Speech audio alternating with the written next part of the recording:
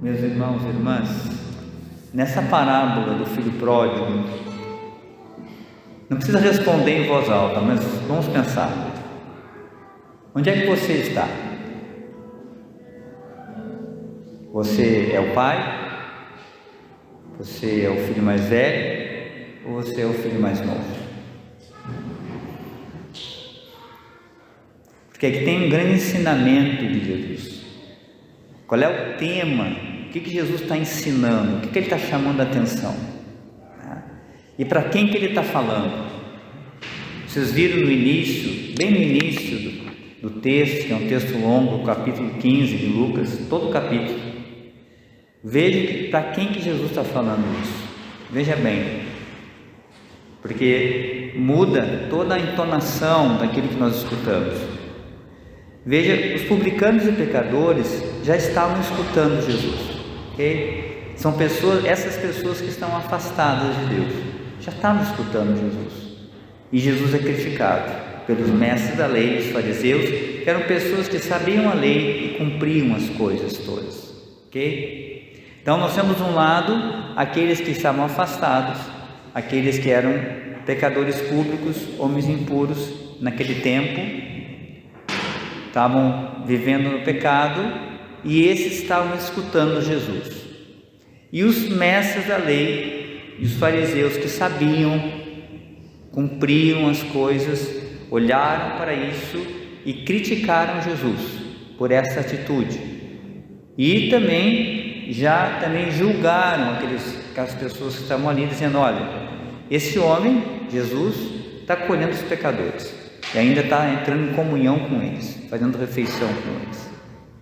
Essa foi a crítica. Então Jesus começa, aí no versículo 3 diz assim: então Jesus contou-lhes esta parábola. Quem é esse lhes? Para quem que Jesus está contando essa parábola, essas três parábolas? Para quem? Jesus está contando, está ensinando a quem? Aos fariseus e doutores da lei, porque eles criticaram Jesus. Os outros já estavam escutando, não precisavam da parábola, já estavam experimentando isso, já estavam experimentando a misericórdia do Senhor. Os que precisavam escutar esse ensinamento era quem não estava entendendo, quem estava criticando. Então, qual é o grande ensinamento de Jesus para esses fariseus e doutores da lei? Então ele começa a falar sobre quem é, como é que Deus Pai ama, o que alegra o coração de Deus. E é isso que eles não estavam entendendo. Então Jesus começa a mostrar que Deus, a quem eles dizem ser fiéis, esse Deus que eles dizem ser fiéis, esse Deus, ele diz que há alegria no céu por um pecador que se converte. Então Deus se alegra com os pecadores que querem buscá-lo, que querem mudar de vida, que pedem perdão. Deus ama a todos também, todos, mesmo aqueles que estão afastados dele, e deseja, tem alegria quando esse pecador, essa pessoa que está afastada dele, confia nele e volta, confia no amor dele, confia no seu perdão e volta.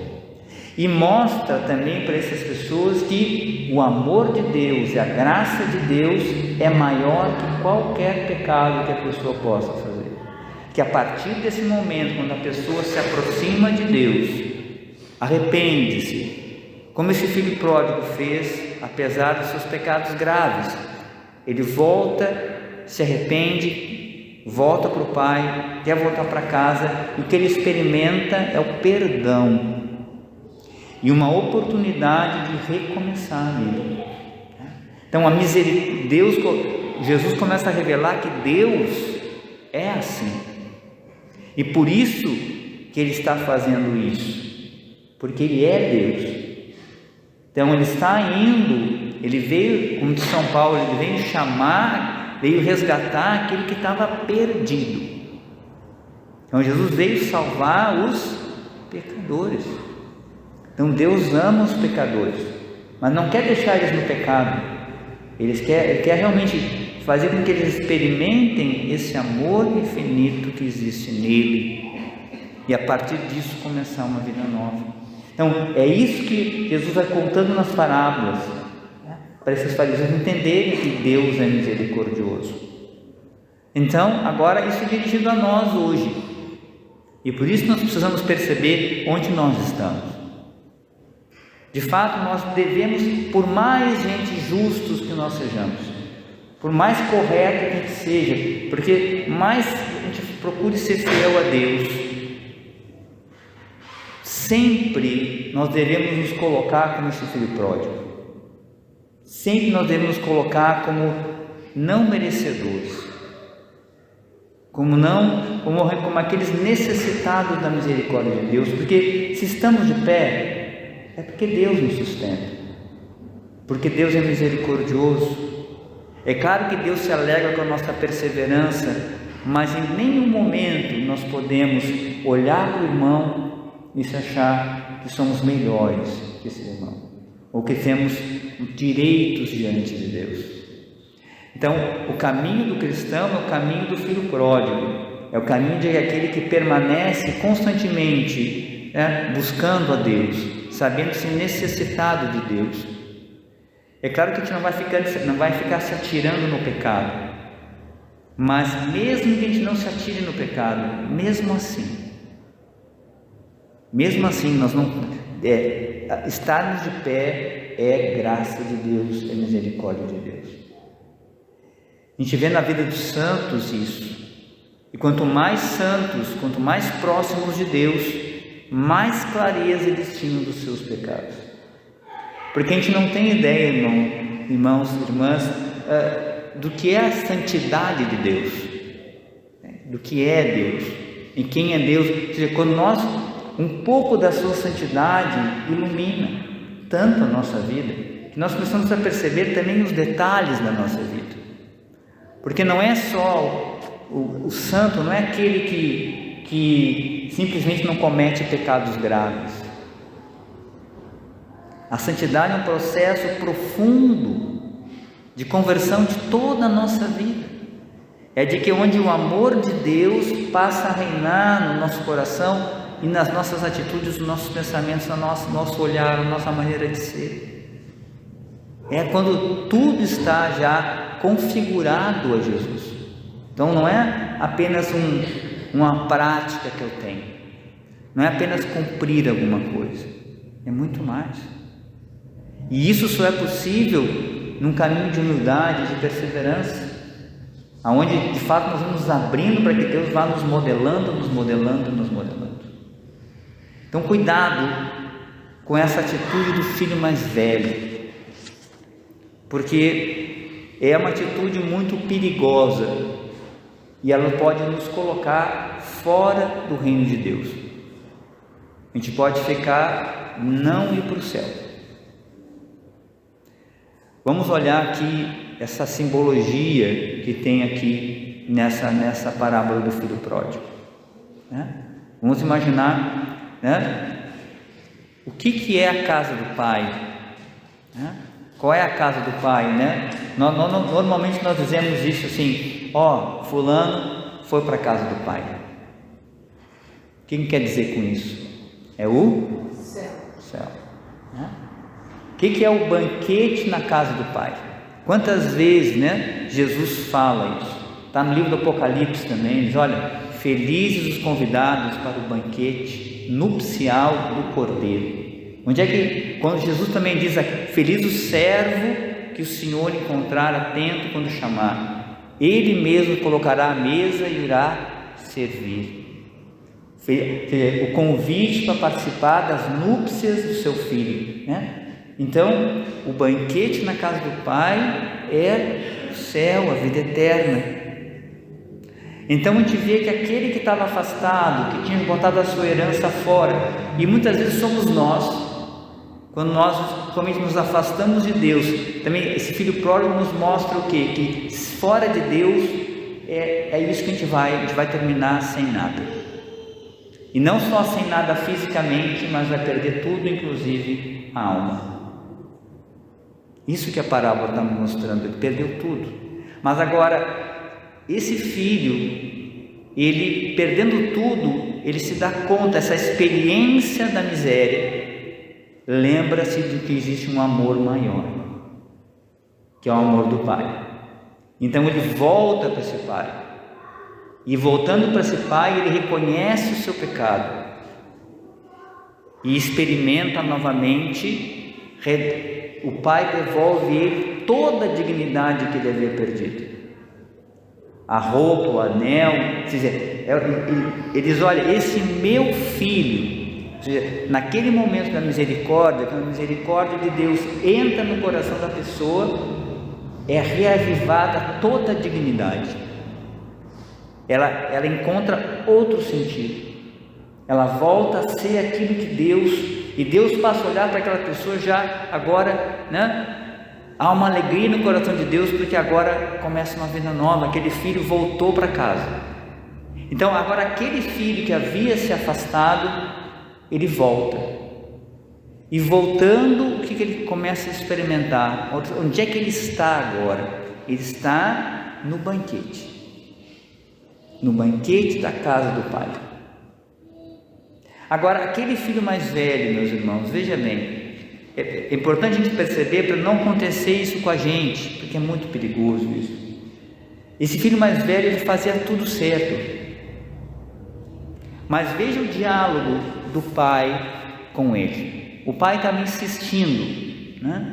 insistindo com ele para ele entrar. E o que ele diz assim? Primeiro, qual foi a atitude dele quando ele ficou sabendo que o irmão tinha voltado? Ele ficou com raiva. Então ele não se alegrou porque o irmão tinha voltado. Agora, então ele não está amando o seu irmão. Bom, aí o pai insiste com ele. O que ele diz para o pai? Eu trabalho para ti há tantos anos, jamais desobedeci qualquer ordem tua, e tu nunca me deste um cabrito para festejar com meus amigos. Quando chegou esse teu filho, esbanjou teus bens com prostitutas, matas para ele novilho cevado. Meus irmãos, quando este filho mais velho diz assim: quando chegou esse teu filho, o que ele está dizendo em outras palavras? Vamos usar o raciocínio. Se aquele não é o irmão dele, consequentemente é filho daquele, não é, Então ele não é meu irmão e é filho daquele pai. Consequentemente, quem ele está se desligando agora? Do pai. Então, o que acontece? Ele não está amando o seu irmão e não está amando o seu. Então, o que está faltando aqui? A essência. O que nos leva? O que depende a lei de Deus? A lei e os profetas dependem de 2 mandamentos. Amar a Deus sobre todas as coisas e ao próximo como a ti mesmo. O que está faltando para esse filho mais velho? Amar a Deus e amar o seu irmão. Então ele não está em comunhão com o pai, apesar de fazer coisas certas. E o que acontece? Como é que termina a parábola? A gente não sabe. Diz que o pai termina o pai dizendo para ele: olha, era importante fazer isso, porque ele estava morto, o teu irmão. Normalmente está chamando ele para comunhão. Olha, esse teu irmão estava morto. Agora a resposta dele a gente não sabe. E aqui está a chave para nós, o grande questionamento que Deus está fazendo, chamando a atenção para a gente. Ou seja, ir para o céu é uma escolha. Deus quer que a gente participe dessa glória, da glória dele. Ele é misericordioso, mas a sua misericórdia me chama a ser também misericordioso. E eu preciso, para eu estar em companhia para o céu, tem que ter comunhão com Deus. E Deus ama os pecadores. Deus perdoa e ama e resgata. Portanto, se eu não amo a Deus, se eu não amo os meus irmãos, eu não vou para o céu. Entende? Então, termina a parábola, esse filho mais velho, ele está fora da casa do pai, fora do banquete na casa do pai. Ele pode entrar? Pode. E quando é que ele vai entrar? Quando ele for celebrar, quando ele amar o seu irmão e amar o pai. Quando ele tiver comunhão com o pai e amar o seu irmão. Aí ele vai, se ele entrar naquela festa e abraçar o seu irmão, e estar em comunhão com seu pai, ele participa do banquete. E essa é o caminho. Ou seja, então, nesse dia da misericórdia, o Senhor nos chama a atenção para isso.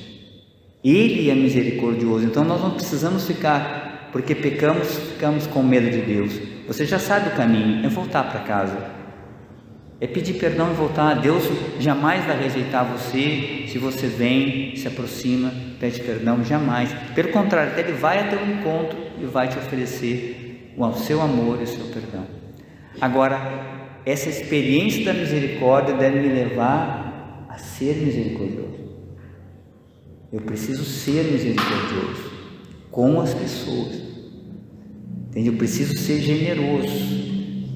E lá Jesus já nos avisou, quando ele contou a parábola do juízo universal, ele diz: a direita e a esquerda. Que lado você quer estar? A direita ou a esquerda?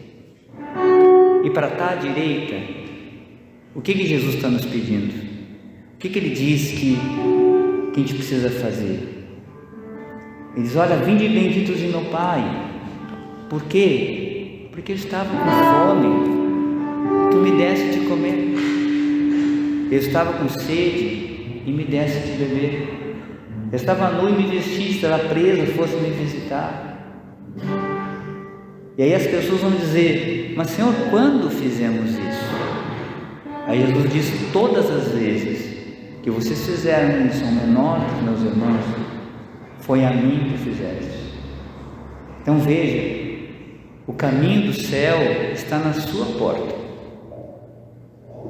está no seu dia a dia, está nas pessoas que estão à sua volta. Como é que nós estamos, irmãos? Agora, pense nessa palavra. Onde você está? Onde eu estou? Qual é o meu olhar? Quando eu olho para os outros, eu tenho esse olhar de quem? O meu olhar é o olhar do Pai, que olha, vê de longe, tem compaixão, corre ao encontro do irmão que está ferido, não se importa se ele está, que situação que ele está, ele corre, abraça, se aproxima. Ou é o olhar do filho mais velho? Vamos pensar essa semana, vamos olhar como é que estão as coisas à nossa volta. E claro, e a nossa relação com Deus. Quem sabe a gente está muito tempo sem confessar, porque quem sabe a gente está vendo Deus longe da gente, e estamos vivendo lado a lado com o pecado, sem precisar. Que a misericórdia de Jesus nos leve a começar uma vida nova, a não termos medo de avançar naquilo que Ele pede, a realmente vamos em frente com aquilo, na missão que Deus nos dá, porque se cairmos, o amor de Deus nos levanta e nós perseguimos esse amor. Agora, não esqueça de amar. Não esqueça de ser generoso. Não esqueça disso. Não pense só em você. Não fique olhando só para os seus problemas. Não fique guardando só as suas coisas, porque Jesus já nos adverte isso. Aquele que quer salvar a sua vida vai perder. Agora, quem gastar a sua vida, quem olhar para o irmão, quem de fato gastar o seu tempo servindo a Deus, servindo os irmãos, indo ao encontro, se importando sim com aqueles que estão afastados e buscando eles, olha, você vai ter muita alegria no céu, porque isso alegra o coração de Jesus. Porque o que está em jogo, meus irmãos, é a salvação das almas. Jesus morreu na cruz para salvar as almas. Então Ele fez tudo, Ele deu tudo para a salvação. Então o nosso empenho também é esse. A gente não pode se acomodar quando a nossa volta tem tanta coisa, tem tantas pessoas afastadas, tantas pessoas precisando. Você está vendo o filho pródigo na sua vida? Quem é o seu filho pródigo? Não só da sua família. Você consegue ver esse filho que está afastado, botando a herança fora? Quem sabe pode ser seu amigo, seu vizinho, seu colega de trabalho. Pode ser esse filho pródigo, que Jesus botou você lá para salvá-lo. E quem sabe a gente está ali, né? Rezando e dizendo: esse irmão é muito chato, só fala bobagem, está me perturbando aqui na minha oração. E se esquece de dar a vida para aquele irmão. Nós temos que dar a vida para a salvação das pessoas. Tem que rezar por a pessoa, mas também vai fazer jejum por ela. Oferece os sacrifícios por aquela pessoa. Vai ao encontro dela para ver se de fato o que tem no coração dela e por que ela está assim. É assim que Jesus fez. Ele estava no céu e veio para a terra, veio para próximo de nós, se fez humano, ficou próximo de nós, aceitou até ser batizado, um batismo lá que era dos penitentes. Então esse é o caminho, nosso caminho. O amor de Deus misericordioso é esse. Então vamos deixar que esse amor também nos mova. Vamos pedir para Jesus abrir os nossos olhos para a gente poder ver, né? Onde é que está, Senhor? Onde é que estão as pessoas que precisam ser salvas? Coloque na sua oração isso. Você vai ver que vai começar a aparecer, uma atrás da outra, porque Deus também tem pressa da salvação das almas. Então, Senhor Jesus, nós te pedimos agora nesse momento que Tu venha sobre nós, venha de fato tocar os nossos olhos. Nós somos, Senhor, como aquele cego, aquele surdo, Senhor, e mudo, que Tu pegaste, Senhor, a saliva, fez lama e tocou nos olhos, tocou na sua língua, tocou nos seus ouvidos e disse: Éfata, abre-te. Então hoje, Jesus, a gente pede, vem passar no nosso meio aqui e toca, Senhor, nos nossos olhos, nos nossos ouvidos, na nossa boca, e proclama essa palavra de libertação, de cura e de libertação, Senhor, sobre a nossa vida, dizendo: Éfata, abre-te ao amor, abre-te à minha misericórdia, abre-te ao teu irmão, abre-te. Isso nós te pedimos. Toque em cada um de nós. Toque-se.